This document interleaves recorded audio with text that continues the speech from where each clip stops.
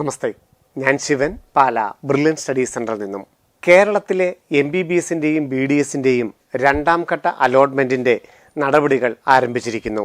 CEE.kerala.gov.in എന്ന Kerala entrance കമ്മീഷനുടെ വെബ്സൈറ്റിൽ നമുക്ക് ലോഗിൻ ചെയ്ത് ഓപ്ഷൻ കൺഫർമേഷൻ നടത്താം. രണ്ടാം ഘട്ട അലോട്ട്മെന്റിൽ പരിഗണിക്കണമെങ്കിൽ ഓപ്ഷൻ കൺഫർമേഷൻ നിർബന്ധമാണ്. ആദ്യം എങ്ങനെയാണ് നമുക്ക് ഓപ്ഷൻ കൺഫർമേഷൻ നടത്തേണ്ടതെന്നും അതിനുശേഷം ആരൊക്കെയാണ് നടത്തേണ്ടതെന്നുള്ളത് കൂടി നമുക്ക് പരിശോധിക്കാം. കേരളത്തിലെ ഗവൺമെൻറ് മേഖലയിൽ ഇപ്പോൾ 14 ഗവൺമെൻറ് മെഡിക്കൽ കോളേജുകളാണുള്ളത്. 12 എണ്ണം നേരത്തെ ഉണ്ടായിരുന്നു. 2 കോളേജുകൾ വയനാടും കാസർഗോഡും പുതിയതായിട്ട് വന്നു.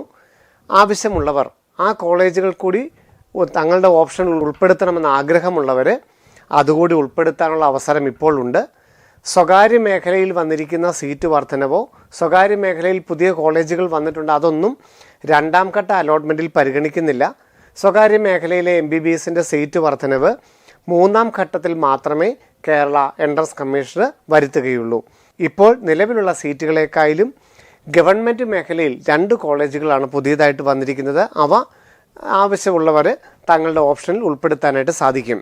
CE.kerala.gov.in എന്ന വെബ്സൈറ്റിൽ ആപ്ലിക്കേഷൻ നമ്പരും പാസ്വേഡും ഉപയോഗിച്ച് ലോഗിൻ ചെയ്ത് കഴിയുമ്പോൾ നമുക്ക് കാണാം ഓപ്ഷൻ രജിസ്ട്രേഷൻ എന്ന ലിങ്ക് കാണാം. നമ്മൾ OTP അടിച്ചു കഴിഞ്ഞാൽ നമ്മൾ ഓപ്ഷൻ കൺഫർമേഷനിലോട്ട് വരും.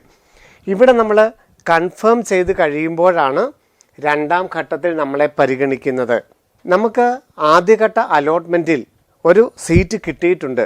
MBBS ആവാം, BDS ആവാം, അതുപോലെ തന്നെ ഗവൺമെൻറ് മേഖലയാകാം, സ്വകാര്യ മേഖലയാകാം. ആ കോളേജിൽ തന്നെ പഠിച്ചാൽ മതി. ഇനി നമുക്ക് വേറെ യാതൊരു മാറ്റവും വേണ്ട.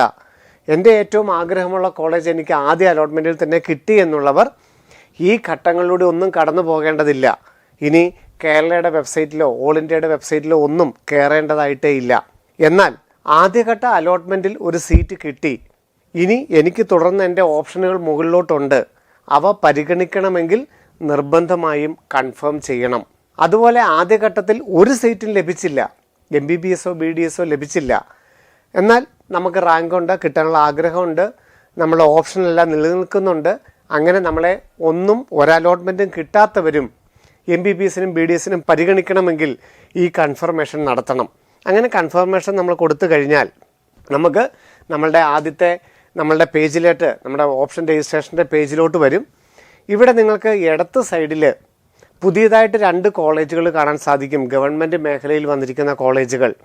വലത്ത് സൈഡിൽ നിങ്ങൾ ആദ്യം കൊടുത്തിരിക്കുന്ന ഓപ്ഷനുകൾ മാത്രമേ ഉണ്ടാവുകയുള്ളൂ.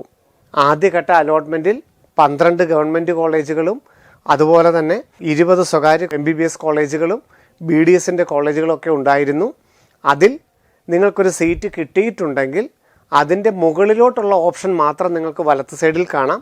ഇടത്ത് സൈഡിൽ പുതിയതായിട്ട് വന്നിരിക്കുന്ന കോളേജും കാണാം. ഇവ നിങ്ങളുടെ താല്പര്യത്തിനനുസരിച്ച് ഏത് പൊസിഷനിൽ നമുക്ക് ആഡ് ചെയ്യാനായിട്ട് സാധിക്കുകയും ചെയ്യും. അങ്ങനെ നമ്മളുടെ ഓപ്ഷൻ കൊടുത്ത് നമ്മൾ സേവ് ചെയ്ത് കഴിഞ്ഞാൽ രണ്ടാം ഘട്ട അലോട്ട്മെൻറ്റിൽ തീർച്ചയായിട്ടും നമ്മളെ പരിഗണിക്കും.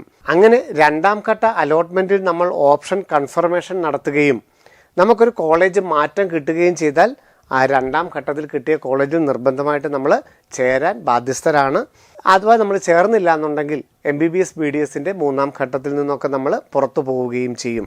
അപ്പോൾ ആരൊക്കെയാണ് കൺഫർമേഷൻ കൊടുക്കേണ്ടതെന്നുള്ളതും അതുപോലെ തന്നെ രണ്ടാം ഘട്ട അലോട്ട്മെൻറ്റിൻ്റെ ഷെഡ്യൂളും നമുക്കൊന്ന് പരിശോധിക്കാം. ഓൺലൈൻ ഓപ്ഷൻ കൺഫർമേഷൻ നിർബന്ധമാണ്.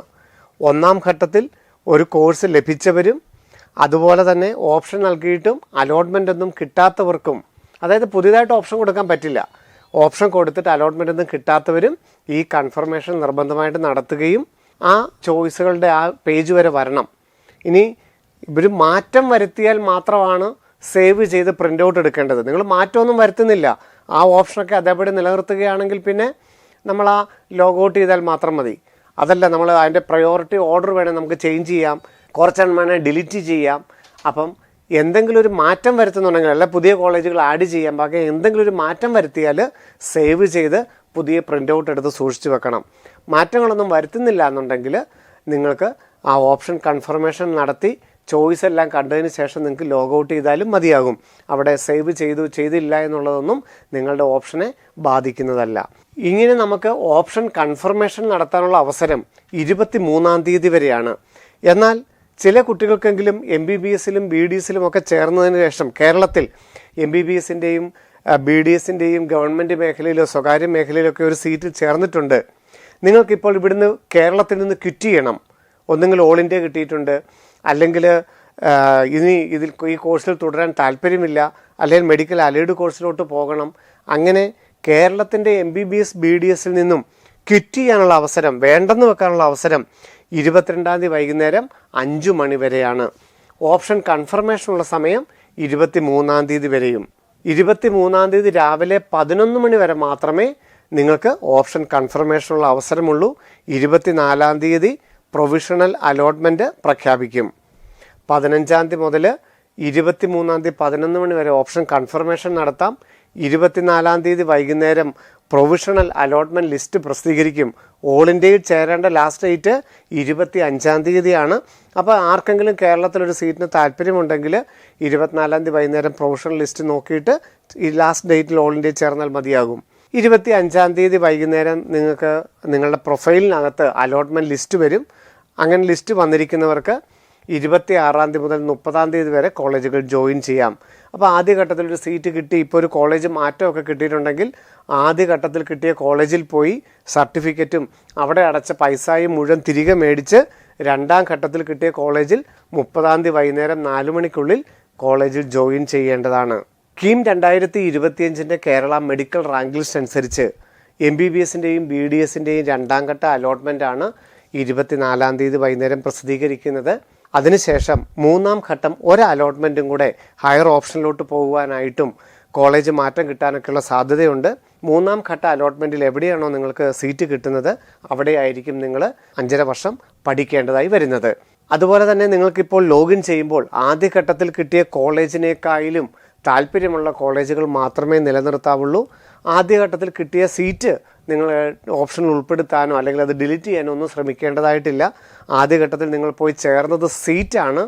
ഇപ്പോൾ നിങ്ങൾ കേരള എൻട്രൻസ് കമ്മീഷൻ്റെ വെബ്സൈറ്റിൽ ഓപ്ഷൻ കൺഫർമേഷൻ, അതിനേക്കാളും താല്പര്യമുള്ള കോളേജുകളുടെ ഓപ്ഷൻ കൺഫർമേഷനാണ് നടത്തുന്നത്. അപ്പോൾ ആ ഓപ്ഷൻസ് മാത്രമേ നിങ്ങൾക്ക് പ്രിൻ്റ് ഓപ്ഷനായിട്ട് കാണാനായിട്ട് സാധിക്കുകയുള്ളൂ. ഒരു സീറ്റ് കിട്ടിയതിനേക്കാളും താല്പര്യമുള്ളതാണ് നിങ്ങളുടെ പ്രിൻ്റ് ഓപ്ഷനായിട്ട് കാണാൻ സാധിക്കുന്നത്. അപ്പോൾ നിലനിർത്താനോ ഡിലീറ്റ് ചെയ്യാനോ റീഅറേഞ്ച് ചെയ്യാനുള്ള സമയമൊക്കെ 23-ാം തീയതി 11 മണി വരെ ഉണ്ടാകും. അതിനുശേഷം 24-ാം തീയതി അലോട്ട്മെൻറ്റ് വരും.